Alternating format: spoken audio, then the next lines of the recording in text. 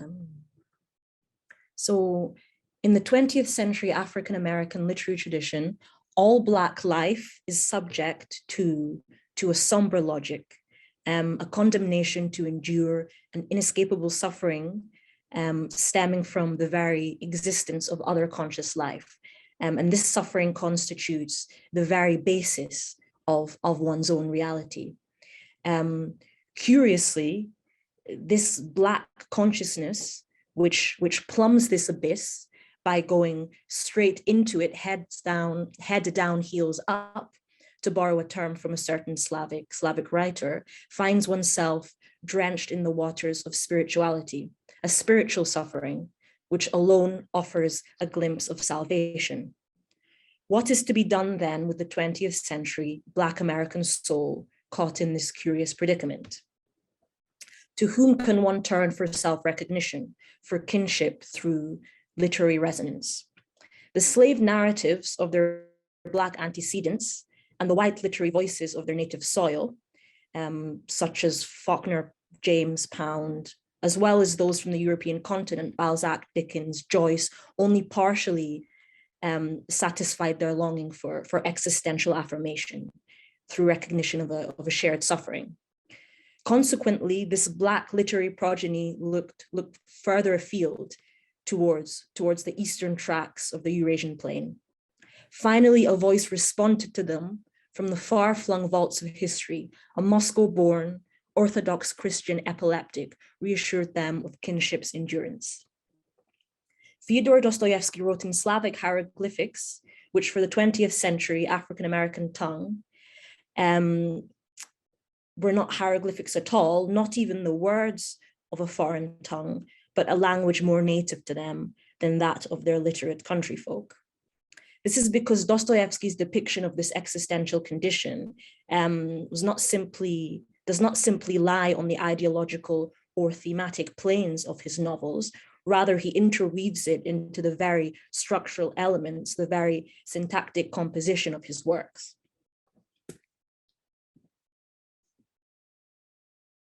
So this truth of Dostoevsky's work, this syntactic condition of Dostoevsky's works, it was first discovered in his writing by fellow Russian and literary theorist Mikhail Bakhtin. Bakhtin distinguishes Dostoevsky's polyphonic approach to literary representation from that of the European and pre-Dostoevskian novelistic traditions, which had invariably produced the fundamentally homophonic novel. So according to Bakhtin's theorizing, in the homophonic novel, all the materials, all the aspects of reality, including the novel's characters, exist as part of one single objective world governed by one overriding authorial consciousness.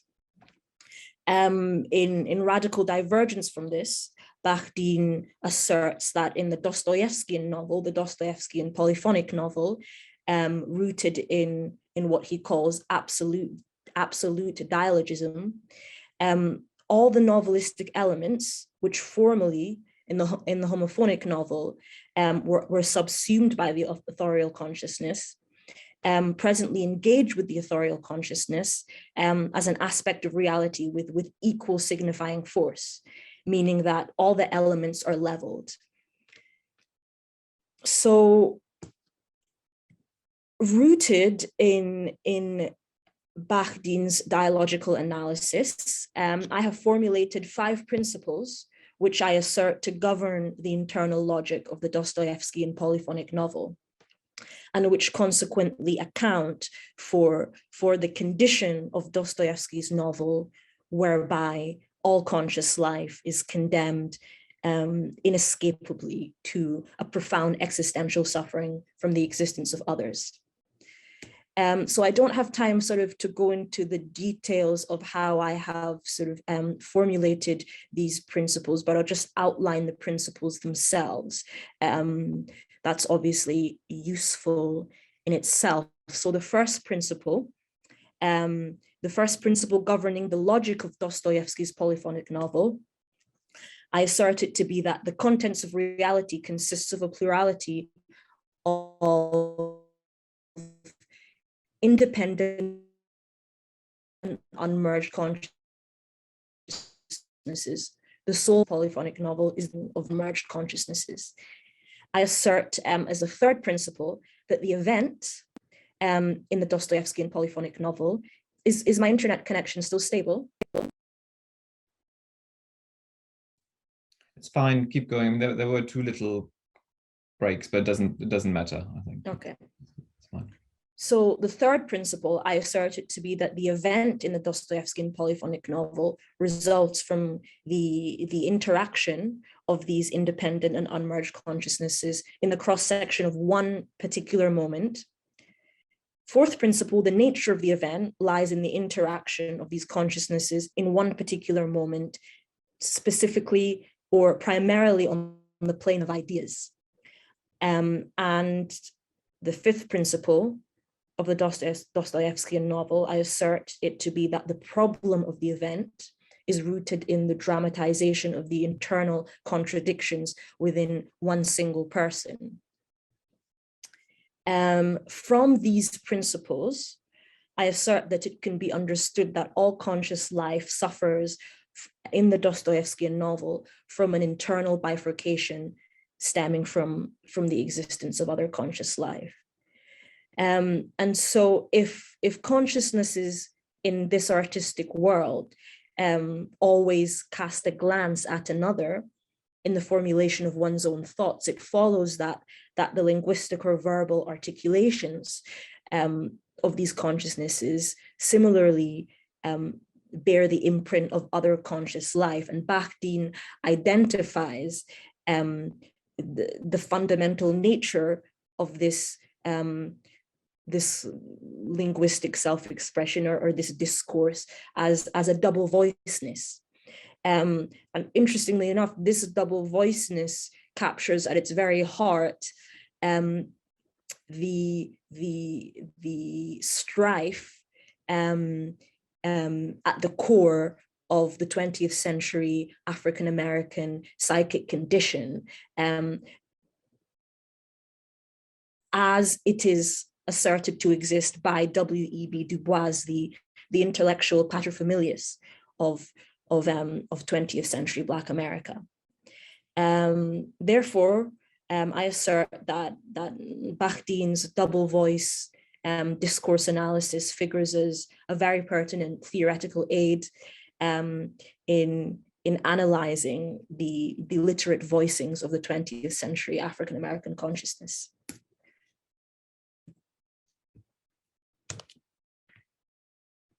Just checking how long I have left. Okay.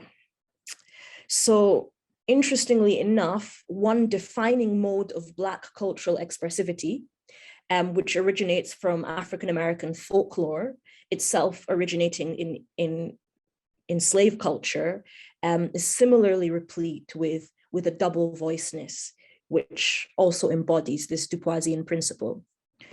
So the theory of signifying advanced by Henry Louis Gates Jr.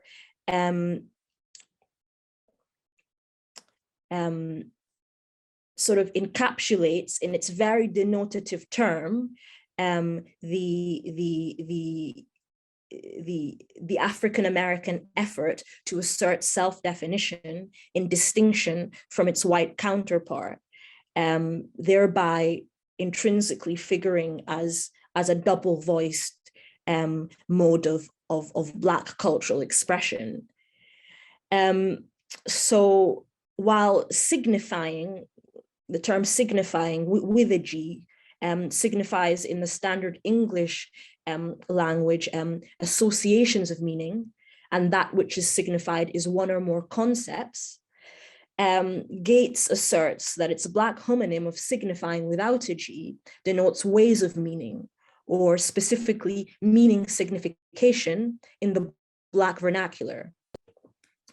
So the repetition and revision that's at the heart of the linguistic fabric of the Black vernacular of signifying without a G, not only in its very denotative term, but in the actual language form existing itself as sort of a mode of verbal play and troping and refiguration, linguistic refiguration, and sort of like metaphorical play is, as I've said, a unique Black instance of Bakhdin's theorizing on double voiceness.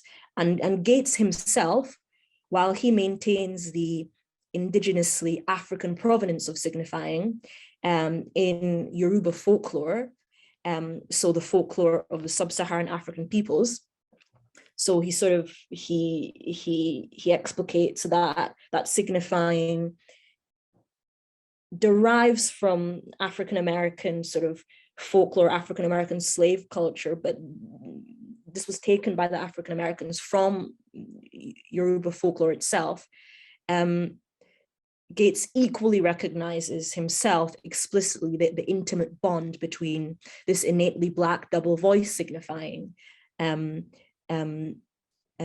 of expressivity and Bakhdin's theory of the double-voiced word, inspired by a distinctly Russian literary origin by Dostoevsky. So a second mode of Black cultural expressivity, the second sort of dominant one, the counterpart of signifying, is the blues, or that which Houston Baker Jr. Identifies as the blues matrix. And Baker advances particular literary critical theory of the blues matrix that's predicated upon his critical appropriation of a descriptive analytical mode propounded by Michel Foucault called archaeology of knowledge. I'm not going to go into too much detail about archaeology of knowledge, but basically Baker uses Foucault's archaeology of knowledge in order to sort of refigure traditional ideational constructs of American history, and therefore to refigure traditional ideational constructs of American literary history. I don't want to get too technical, but then Baker, he employs this refiguration of American literary history as founded, as developed from Foucault's archaeology of knowledge. He employs this ideational refiguration and then engages in a metaphorical extension of this ideological framework in order to situate African American literary history in an economics of slavery. And then he employs this economics of slavery to then invoke the blues. So it's quite a technical theory, but essentially the blues in African American literature, according to Baker's theory, can be read through an economics of slavery. It can be read through all the tracings and sort of residual imprints of slavery in the mind, in the daily lives of African American characters. So once again, just as signifying is Black double voiceness, so is the blues matrix, because Baker is confronting traditional white, the traditional white American consciousness by sort of producing a new ideological framework upon which one perceives American history and American literary history. So in the final instance, what can be said to exist as a subdivision of African American literary theory, the theories of Baker and Gates cast a continual sideward glance at Bakhdin. So what I have termed Afro-Bakhdinian sociolinguistics, I assert figures as a fitting analytical framework according to which the African-American soul's existential suffering can be sounded, especially those aspects of it of which we have until now been unable to hear. So I got a little bit technical, but I'm going to move away from that now. So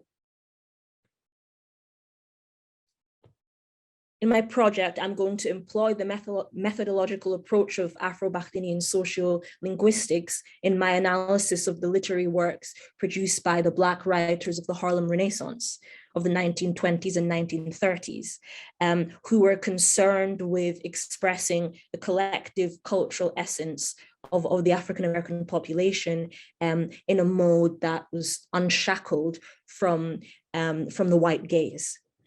And in doing so, interestingly enough, they themselves cast a continual sideward glance at the Russian literary progeny of the preceding century, of the 19th century, who had much earlier embarked upon their own journey towards the discovery of the Russian soul. And just like the Russians did, these Black American writers strove to transcribe the essence of their people by excavating the African-American, the Black vernacular culture. For them, the soul, the essence of their people lay in the vernacular culture, just as it did for the Russians, for Dostoevsky, for the 19th century Russian writers, and for Dostoevsky.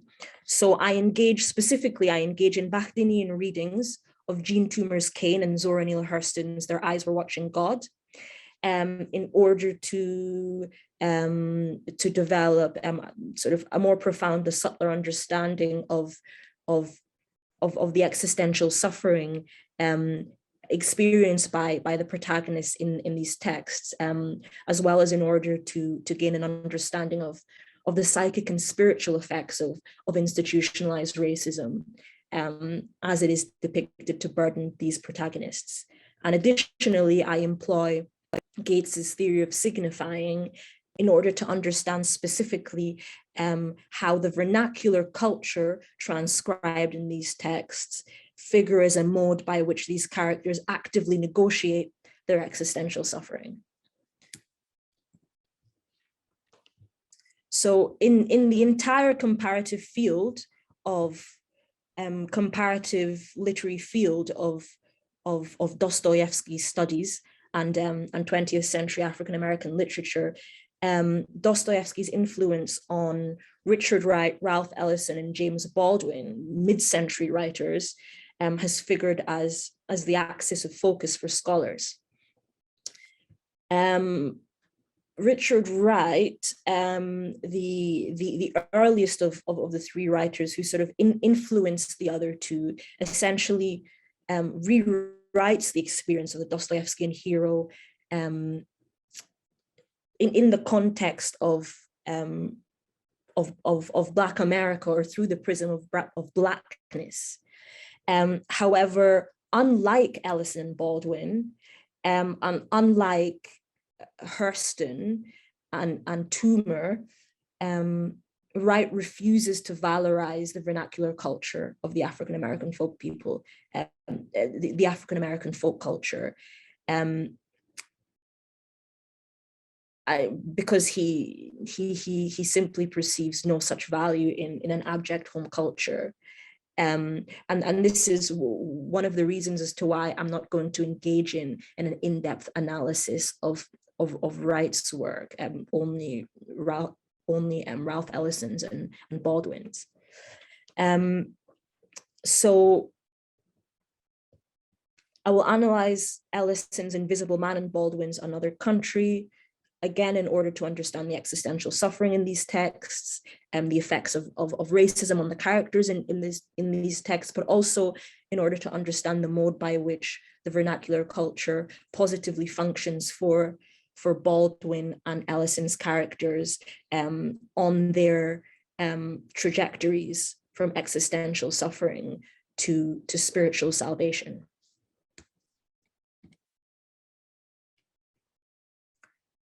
So in the third chapter of my project, I'm going to focus on the Black prison writers of the 1960s and 70s, who were also considerably influenced by Dostoevsky, particularly Dostoevsky's Notes from the House of the Dead, his semi-autobiographical prison memoir. But interestingly, in the context of these prison authors, such as Robert Beck and Donald Goines, just like Wright, they tended to not to valorize African-American vernacular culture, but sort of in distinction from Wright, that's because the very subject matter of these prison writers was the African-American vernacular culture itself. Their literature itself, their protagonists themselves, the subject matter itself figures as an embodiment of this vernacular culture, both the most debased and the most profound aspects of it. So they don't really valorize it as this one element of their work. It just constitutes the world itself, the world of their novels itself. There are no elements out with the vernacular culture. And these prison authors of the 60s and 70s, the majority of them, like Beck and Goines, bore a debt not only to Dostoevsky, but also to one of the most well-known prison writers of that period, Chester Himes. And so I'm going to engage in an analysis of Chester Himes's detective fiction, specifically the first two novels of what's called his Harlem cycle. These novels are called A Rage in Harlem and The Real Cool Killers. And so I'll engage in a Bakhtinian analysis of these texts, along with Gates's theorizing on signifying, in order once again to read the suffering inscribed in these texts, the existential suffering inscribed in these texts, and once again the psychological and spiritual effects of institutionalized racism on these characters. So here I sort of shift my approach a little bit with regard to the writers of the Black arts movement, who were also active during the 1960s and 70s. So simultaneously, in concurrence with the proliferation of African-American writing within the walls, within the bars of the nation's prisons, with the penal system, you had the writers of the Black arts movement who were engaging in a new literary approach, which sort of harkened back to that of the Harlem Renaissance writers.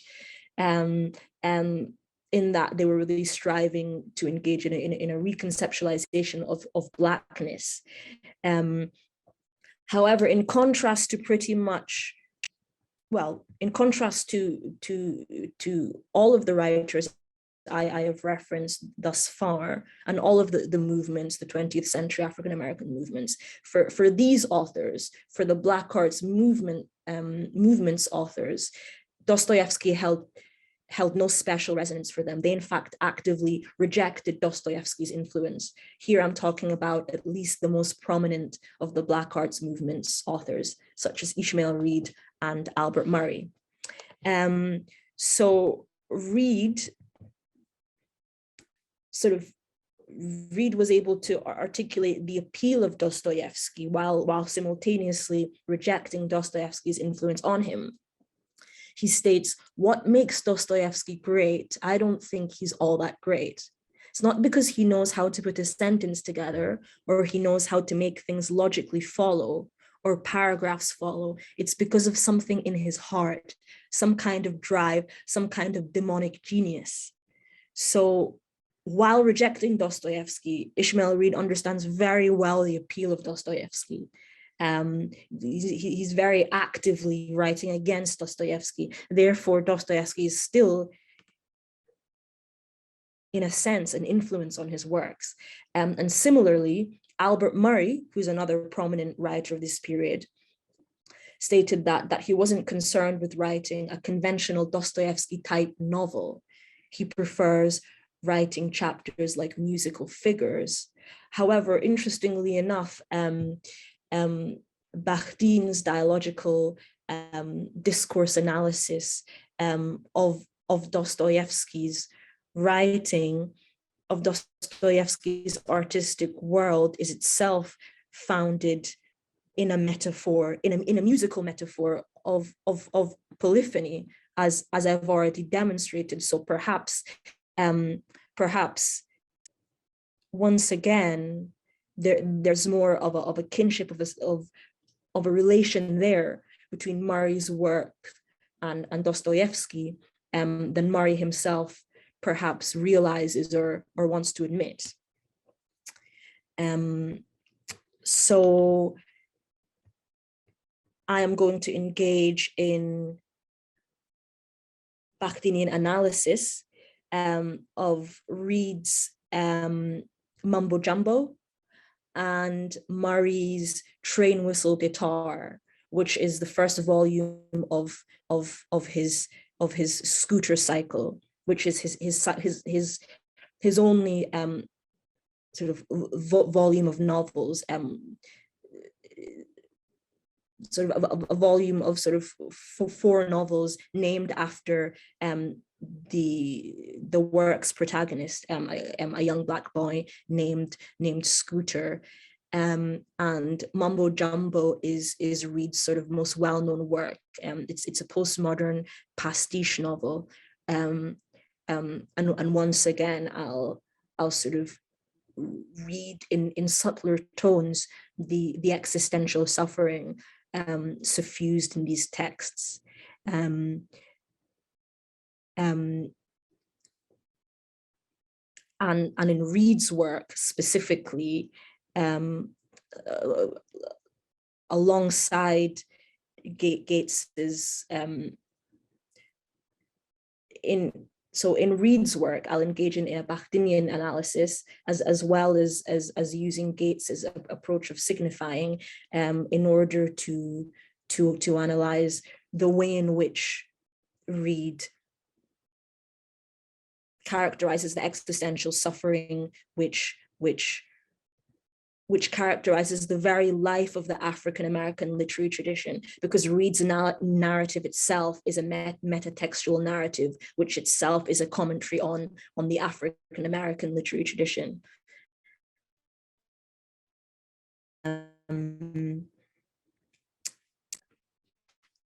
So I will quickly explain, I'll quickly move on to the last slide. So the final chapter project will focus on the Black female writers of the Black arts movement, and Gail Jones, Gloria Naylor, Toni Morris, Walker, of the Black female experience in 20th century African-American literature. I'm going to focus specifically on Toni Morrison and Alice Walker, sorry. These writers express a concern with exclusively depicting African-American life in its essence, and they express this concern in reference to Dostoevsky. So I only have a few minutes. I don't want to go over half an hour, so I'll very quickly move through this. So Toni Morrison, in sort of refuting her detractors who claimed that she rendered the field of vision of her literature too narrow by focusing exclusively on African-American life. She once stated, do people ever ask why Dostoevsky wrote for the Russians? She stated being an African-American author is sort of like being a Russian writer who writes about Russia in Russian for Russians. And she said that she was concerned with writing peasant literature for her people. And alongside Walker and Morrison both engage in a radical valorization of African-American vernacular culture to the degree that it constitutes the sole living matter of their artistic worlds, just like the prison writers of the same period. So I employ, once again, Baker's blues matrix, Gates's six signifying, and Bakhtin's dialogical analysis in order to analyze Morrison's The Bluest Eye and Walker's The Color Purple. Once again, in order to read the existential suffering and the spiritual suffering, which constitutes the very world of these texts. So I've gone over time here, so I'll stop here. But yeah, thank you very much. I just wanted to include one last quotation, which I think really sort of epitomizes this literary kinship. The words of James Baldwin, when he stated, "You go through life thinking no one has ever suffered the way I suffered, my God, and then you realize you read something and you realize that your suffering does not isolate you, your suffering is your bridge." And I'm pretty sure, I think when Baldwin uttered this, he himself was casting a sideward glance at Dostoevsky. Okay, thank you very much.